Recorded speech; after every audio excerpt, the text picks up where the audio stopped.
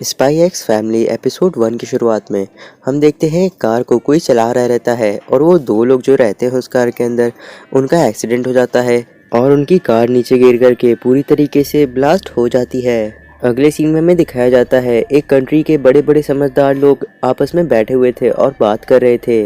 वो लोग बात कर रहे थे उसी एक्सीडेंट के बारे में और कह रहे थे कि वो दोनों लोग जिसका एक्सीडेंट हुआ था वो लोग डिप्लोमेट्स थे और उनके ऊपर असैसिन का अटैक हुआ हमने लगा और शायद वेस्ट कंट्री हमारे ऊपर हमला करना चाहती है, इसीलिए हम लोगों को अपना सबसे अच्छा एजेंट वहाँ पे भेजना पड़ेगा और इन सभी चीज़ों को होने से रोकना पड़ेगा। अगले सीन में हमें दिखाया जाता है ट्विलाइट नाम का बंदा अपनी गाड़ी में बैठ करके किसी से मिलने के लिए आता है।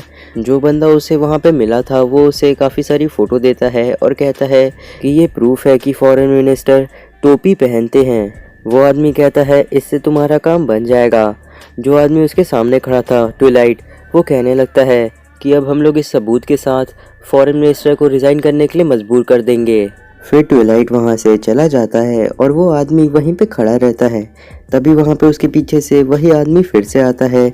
वो आदमी कहने लगता है कि अभी तो तुम आ करके मुझसे वो सामान ले गए। अगले सीन में हमें दिखाया जाता है जो इंसान वहाँ पे पहले आया था वो ट्विलाइट था और उसने भेस बदल रखा था। ट्विलाइट एक स्पाई है, वो भी सबसे ज़्यादा अच्छा। और जब देशों के बीच में वॉर हो रही थी तो इस इंसान ने अकेले ही उस वॉर को सरवाइव कर लिया अपना भेस बदल करके।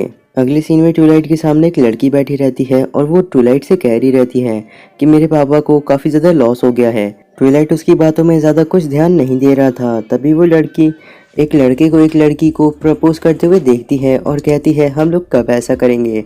तभी ट्विलाइट कहता है चलो ब्रेकअप कर लेते हैं। फिर ट्विलाइट उस लड़की से ये कह करके चला जाता है कि तुम अपनी ज़िंदगी में खुशियाँ ज़रूर ढूंढना। अगले सीन में ट्विलाइट करीन को सॉरी कह रहा रहता है और कह रहा रहता है अब तुम्हारी फैमिली का मेरे पास कोई भी यूज़ नहीं है और अब मेरी रॉबर्ट की ज़िंदगी ख़त्म हो चुकी है। जब से मैं एक स्पाई बना हूँ मैं अपनी आइडेंटिटी हर समय बदलते जा रहा हूँ और मेरी कोई भी एक स्टेबल आइडेंटिटी नहीं है। अगले सीन में हमें दिखाया जाता है ट्विलाइट किसी के पास आया रहता है और वो लोग थोड़े से न्यूज़पेपर चेंज करते हैं। ये ट्विलाइट के नए मिशन के ऑर्डर्स थे। ट्विलाइट उस पेपर को खोलता है तो उसमें थोड़े बहुत उसको क्लू मिलते हैं और उसमें लिखा था कि तुम्हारा लास्ट मिशन काफ़ी अच्छे से पूरा हो गया, अब तुम्हें नया मिशन दिया जा रहा है। तुम्हें एक दूसरे कंट्री में जा कर के रहना होगा और तुम्हारा टारगेट है नेशनल यूनियन पार्टी का एक लीडर जो कि ईस्ट और वेस्ट के समझौते को तबाह करने की कोशिश कर रहा है और ऐसा ही चाहता है। तुम्हें उसके करीब जा कर के इस मिशन को पूरा करना होगा। इसके लिए तुम्हें एक बीबी चाहिए और तुम्हें एक बच्चा भी चाहिए। डेसमंड एक बहुत ही ज़्यादा सावधान रहने वाला इंसान है और वो दूसरे लोगों के साथ बहुत ही कम दिखाई देता है। वो सिर्फ बाहर अपने बच्चे के स्कूल में पार्टीज़ को अटेंड करने के लिए निकलता है और तुम भी अपने बच्चे को उसी स्कूल में भेजोगे पढ़ने के लिए। स्कूल का एंट्रेंस एग्ज़ाम देने का समय जल्दी ही ख़त्म हो जाएगा, इसलिए तुम्हें 1 हफ्ते का समय मिलता है। ट्विलाइट उस न्यूज़पेपर को फाड़ता है और कहता है मैं 1 हफ्ते के अंदर कैसे एक बच्चा पैदा कर लूँगा। लेकिन फिर ट्विलाइट सोचने लगता है वेस्ट और ईस्ट के बीच में पीस बनाने का सिर्फ यही एक तरीका है और अगर मैं इस मिशन को पूरा नहीं करूँगा तो पूरी दुनिया में भी तबाही मच सकती है। मैं एक स्पाई हूँ तो मुझे मेडल्स भी नहीं मिलेंगे और कोई मेरी तारीफ भी नहीं करेगा, लेकिन मैं अपने आसपास के लोगों की खुशी में ही खुश रह सकता हूँ और इसीलिए मैंने अपनी आइडेंटिटी को पूरी तरीके से छोड़ दिया और एक स्पाई बन गया इस दुनिया की खुशी के लिए। फिर ट्विलाइट अपने नए मिशन के ऊपर काम करना शुरू कर देता है और वो एक अपार्टमेंट देख रहा था।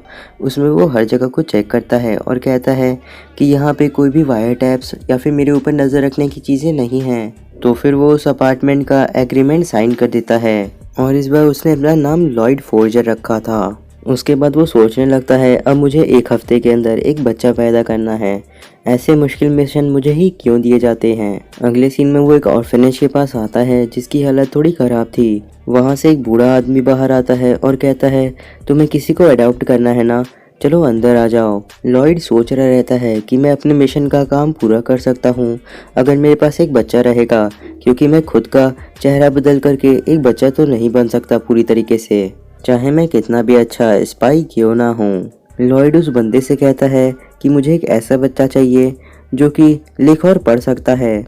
वो आदमी उसे एक आन्या नाम की बच्ची के पास ले जाता है जो कि वहाँ पे सबसे ज़्यादा स्मार्ट थी। साथ ही में वो आदमी ये भी सोच रहा था कि ये बच्ची बहुत ही ज़्यादा परेशान करती है, यहाँ से चली जाएगी तो ही अच्छा रहेगा।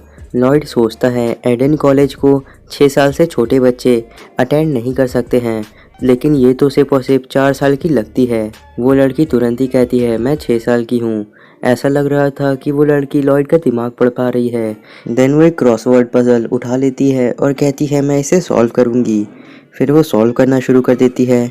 लॉयड सोच रहा रहता है ये तो एक बच्चे के लिए काफ़ी मुश्किल है, लेकिन वो अपने दिमाग के अंदर सारा चीज़ें सॉल्व कर देता है। और जैसे ही लॉयड सोच रहा रहता है आंसर, आन्या उसे लिख दे रही रहती है। उस क्रॉसवर्ड पजल को सॉल्व कर लेने पे लॉयड कहने लगता है इस लड़की ने इतनी आसानी से इसे कैसे सॉल्व कर लिया, मुझे लगता है ये एंट्रेंस आसानी से पास कर लेगी। देन वो उस बूढ़े आदमी से बात कर लेता है कि वो आन्या को अपने साथ लेके जाएगा।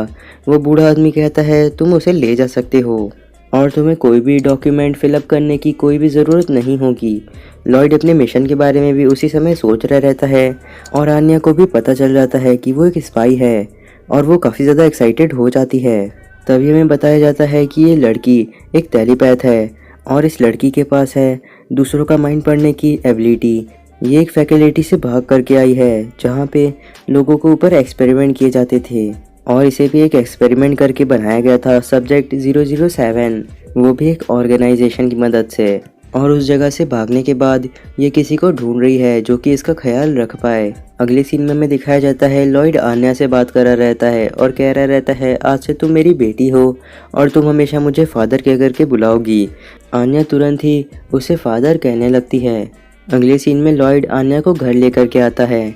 आन्या टीवी खोल करके स्पाई वॉर्स को देखने लगती है और कहती है मुझे बहुत ही पसंद है ये। लॉयड वहाँ से अपने मिशन को पूरा करने के लिए कुछ ज़रूरी चीज़ें ढूंढने के लिए जा रहा रहता है। तभी वहाँ पे आन्या उसका पैर पकड़ लेती है और कहने लगती है तुम एडवेंचर पे जा रहे हो तो मुझे भी तुम्हारे साथ ले चलो। अगले सीन में आखिरकार आन्या लॉयड के साथ बाहर आ ही जाती है और वहाँ पे वो दूसरे लोगों के बीच में खो रही थी। तो फिर लॉयड आन्या का हाथ पकड़ लेता है और कहने लगता है अपने मन के अंदर कि आन्या का एक हाथ पकड़ने की वजह से मेरा एक हाथ बिजी है और अगर किसी दुश्मन ने मेरे ऊपर हमला किया तो मैं कुछ भी नहीं कर पाऊंगा ज़्यादा। तो फिर आन्या एक जगह पे जाकर के छुप जाती है। लॉयड सोचने लगता है क्या ये मेरे से छुप रही है, क्या ये मुझसे नफरत करती है, और अगर मुझे इस दुनिया की पीस बनाए रखनी है तो मुझे इस क्रीचर को अच्छे से समझना होगा। आन्या सोचने लगती है मुझे समझने से इस दुनिया में शांति कैसे बने रह सकती है। फिर वो अपने बारे में बताने लगती है लॉयड को कि मुझे पीनट्स पसंद है, कैरेट्स नहीं पसंद है और बाकी सारी चीज़ें भी बताती है। फिर आन्या एक शॉप पे जा कर के किसी चीज़ को ख़रीदने लगती है और वो कम पैसे दे रही थी। तो फिर लॉयड अपने मन में कहने लगता है कि मुझे लगता है ये लड़की पूरी तरीके से बेवकूफ़ है क्योंकि ये कम पैसे दे रही है, तो क्या मुझे इसे बदल देना चाहिए। आन्या ये बात सुन कर के कहने लगती है प्लीज़ मुझे ठिकाने मत लगाओ, मैं बार्गिन करने में अच्छी हूँ इसलिए मैंने ऐसा किया। सभी लोग लॉयड को देख रहे रहते हैं और आन्या रो रही रहती है। तो फिर लॉयड उसे चुप कराने के लिए कहता है मैं तुम्हें पीनट्स खरीद दूंगा इसलिए तुम चुप हो जाओ। फिर लॉयड पीनट्स खरीद करके वहाँ से जा रहा रहता है। तभी आन्या सो जाती है तो फिर उसे भी उठाना पड़ता है और लॉयड बच्चों को संभालने की काफ़ी सारी बुक्स भी खरीद लेता है। फिर वो उन सारी किताबों को पूरी तरीके से पढ़ने लगता है और कह रहा रहता है सारी चीज़ों को समझने के बाद ये कहने लगता है कि नॉर्मल पेरेंट्स आमतौर पे इतने डिफ़िकल्ट डेली लाइफ मिशन को कैरी करते हैं। साथ ही में लॉयड ये भी कह रहा था कि मैं अपने मिशन को ख़त्म करने के बाद ऑर्फनेज छोड़ने के बारे में सोच रहा हूँ। फिर अगले दिन हमें दिखाया जाता है लॉयड आन्या से कह रहा रहता है पढ़ने के लिए, आन्या उसे मना कर रही रहती है। आखिर में लॉयड हार मान लेता है और वहाँ से चला जाता है। आन्या भी लॉयड के पीछे आ रही थी। तो फिर लॉयड आन्या से कहता है आज तो तुम यहीं पे रुकोगी, मेरे पीछे आने के बारे में सोचना भी मत। लेकिन आन्या लॉयड की बात नहीं मानती है और दरवाज़ा खोल करके बाहर आने लगती है। लॉयड दरवाज़ा बंद करता है आन्या को अंदर करके, लेकिन आन्या फिर भी बार बार लॉयड के पीछे आ रही रहती है। हर बार लॉयड उसे ढूंढ ले रहा रहता है। आन्या कह रही रहती है कि हर बार पापा मुझे ढूंढ लेते हैं, इसमें कितना ज़्यादा मज़ा आता है। आखिर में लॉयड दरवाजे के सामने एक बैरिकेड को लगा देता है और फिर किसी से मिलने आता है। वो इंसान कहता है कि तुम्हें चाइल्ड एब्यूज़ में कहीं पकड़ ना लिया जाए अपनी बच्ची को घर में बंद करने के लिए। फिर वो आदमी ट्विलाइट को एग्ज़ाम की टिकट्स देता है और पेपर भी लीक करवा देता है। वो आन्या के बारे में इंफॉर्मेशन भी देता है और वो लॉयड को ये भी बताता है कि इस लड़की के माता पिता और एज के बारे में किसी को भी कुछ भी नहीं पता। साथ ही में जिसे 4 बार अडॉप्ट किया गया, लेकिन हर बार इसे वापस भेज दिया गया। आगे वो बंदा लॉयड को ये कह करके चिढ़ाने लगता है कि ना तो उस लड़की की कोई पहचान है ना तो तुम्हारी, तुम दोनों एक दूसरे के लिए ही बने हो। उसके इस मजाक की वजह से ट्विलाइट वहाँ से चला जाता है बिना पैसे दिए। वहीं दूसरी तरफ आन्या बोर हो रही रहती है और कह रही रहती है कि एक स्पाई की ज़िंदगी कितनी ज़्यादा मुश्किल होती है, वो लोग कुछ भी नहीं करते हैं। वहीं दूसरी तरफ लॉयड कह रहा रहता है कि मैं इसे अपने स्पाई के इक्विपमेंट के साथ कुछ भी करने नहीं दे सकता, और वो इसीलिए उसे एक बॉक्स में बंद कर देता है और उसका कोड अपने मन में सोच रहा रहता है। अगले सीन में दिखाया जाता है आन्या लॉयड के सामान के अंदर बॉम्ब को ढूंढ रही रहती है और कह रही रहती है अगर वो मुझे मिल जाएगा तो मुझे मज़ा आएगा। लेकिन तभी उसे ट्रांसमिशन करने के लिए एक डिवाइस मिलता है। आन्या उस मशीन का इस्तेमाल करके ट्रांसमिशन भेजने लगती है। वो ट्रांसमिशन करीन के फादर को भी जाता है जो कि ट्विलाइट का दुश्मन है, और उसके ट्रांसमिशन का मतलब था मैं ट्विलाइट हूँ और अगर तुम मुझे पकड़ सकते हो तो मुझे पकड़ो। वो लोग ट्विलाइट की लोकेशन को पता कर लेते हैं उस ट्रांसमिशन की मदद से। अगले सीन में हमें दिखाया जाता है आन्या देखती है कि लॉयड का सारा सामान पूरी तरीके से बिखरा हुआ है, और वो कहने लगती है कि अगर लॉयड को पता चला कि आन्या को ये पता है कि वो एक स्पाई है तो फिर वो उसे मार देगा और एक ठिकाने जगह देगा। और वहीं दूसरी तरफ अगर उसे ये पता चल गया कि वो एक टेलीपैथ है तो फिर उसे वापस से ऑर्फनेज भेज दिया जाएगा। उसी समय आन्या को कुछ लोगों के बारे में याद आने लगता है जो कि उसे पढ़ने के लिए कह रहे थे। वो लोग साइंटिस्ट लग रहे थे। साथ ही में वो आन्या से कह रहे थे कि तुम बच्चों की तरह हरकतें नहीं कर सकती, तुम्हें अपनी पावर का इस्तेमाल करने के लिए अभी पढ़ाई करनी चाहिए। अगले सीन में ट्विलाइट वापस से अपने घर आ जाता है और वो सामने देखता है कि बैरिकेड थोड़ा सा अलग तरीके से लगा है। फिर वो जब कमरे के अंदर जा रहा रहता है तो वहाँ पे दो लोग छुपे हुए रहते हैं। तभी उनमें से एक हमला करता है ट्विलाइट के ऊपर। ट्विलाइट उसे मारता है। तभी दूसरा वाला आके हमला करता है। ट्विलाइट उसे भी मारता है और पटक देता है, जबकि उसके पास गन भी थी। फिर वो आन्या को ढूंढने लगता है और आन्या किडनैप हो चुकी थी और कमरे के सारे सामान इधर उधर बिखरे भी हुए थे। लॉयड उसी समय सोचने लगता है कि वहाँ पे और भी बच्चे हैं तो क्या वो आन्या को छोड़ दे। उसी समय पीछे से वही आदमी आता है और ट्विलाइट को मारने की कोशिश करता है। अगले सीन में हमें पता चलता है कि आन्या को पकड़ के रखा गया है। तो फिर करीन के फादर कहते हैं कि हम लोग इस लड़की को होस्टेज की तरह रखेंगे अपने पास ट्विलाइट को यहाँ पे बुलाने के लिए, और फॉरेन मिनिस्टर की टोपी को देने के लिए कहेंगे। करीन के फादर के पास सप्रेसर के साथ पिस्टल भी थी। तो फिर आन्या उसी के बारे में सोचने लगती है और कहने लगती है ये एक असली बुरा इंसान है। अगले सीन में उसका आदमी ट्विलाइट को लेकर के वहाँ पे आ जाता है और उसे रख देता है नीचे। फिर वो वहाँ से अपना गला पकड़ के कहता है कि ट्विलाइट ने मुझे बहुत मारा। करीन के फादर जा कर के उस बंदे का मास्क हटाते हैं तो वो वहाँ पे उनका ही बंदा था और वो ट्विलाइट बिल्कुल भी नहीं था। सभी लोग हैरान हो जाते हैं कि आखिर ये चल क्या रहा है। तभी तक में असली ट्विलाइट आन्या को ले करके वहाँ से बाहर निकल जाता है और दरवाजे को बंद कर देता है। और वहाँ पे ट्विलाइट सोच रहा रहता है कि मैं दुश्मन के इलाके में आ गया, सभी चीज़ों को रिस्क में डाल करके। वहाँ पे आन्या रो रही रहती है और कह रही रहती है कि मुझे डर लगा। ट्विलाइट कहने लगता है कि अब मुझे समझ में आ गया कि मुझे बच्चों का रोना क्यों पसंद नहीं है, क्योंकि बच्चों के रोने से मुझे अपने बचपन के बारे में याद आ जाता है। क्योंकि जब मैं छोटा था तब किसी ने भी अपना हाथ नहीं बढ़ाया मुझे बचाने के लिए। फिर ट्विलाइट आन्या को बता देता है कि पुलिस स्टेशन कहाँ पे है और वहाँ से जाने के लिए कहता है, वो भी जल्दी में। आन्या वहाँ से जाने लगती है ट्विलाइट के मन के अंदर की बातों को सुनते हुए। ट्विलाइट अपने मन के अंदर कह रहा था कि मैं इसलिए स्पाई बना हूँ ताकि इस दुनिया में किसी भी बच्चे को रोना ना पड़े। और उसी समय करीन के फादर के लोग वहाँ का दरवाज़ा तोड़ देते हैं और बाहर आ जाते हैं।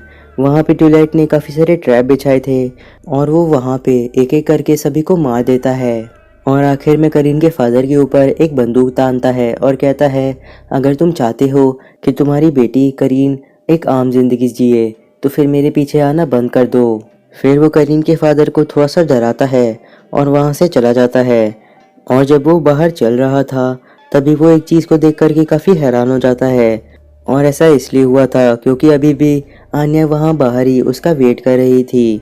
फिर वो जा कर के लॉयड का पैर पकड़ लेती है। लॉयड उससे कहने लगता है आखिर तुम घर के बाहर क्या कर रही हो। साथ ही में वो किडनैपिंग के बारे में झूठी कहानियां बना करके बोलने लगता है। आन्या कहती है कि पापा बहुत ही बड़े झूठे हैं। तभी आन्या लॉयड से ये भी कहती है कि उसे पापा के साथ घर जाना है। और अगर आप मुझे छोड़ देंगे तो मैं भी रोना शुरू कर दूंगी।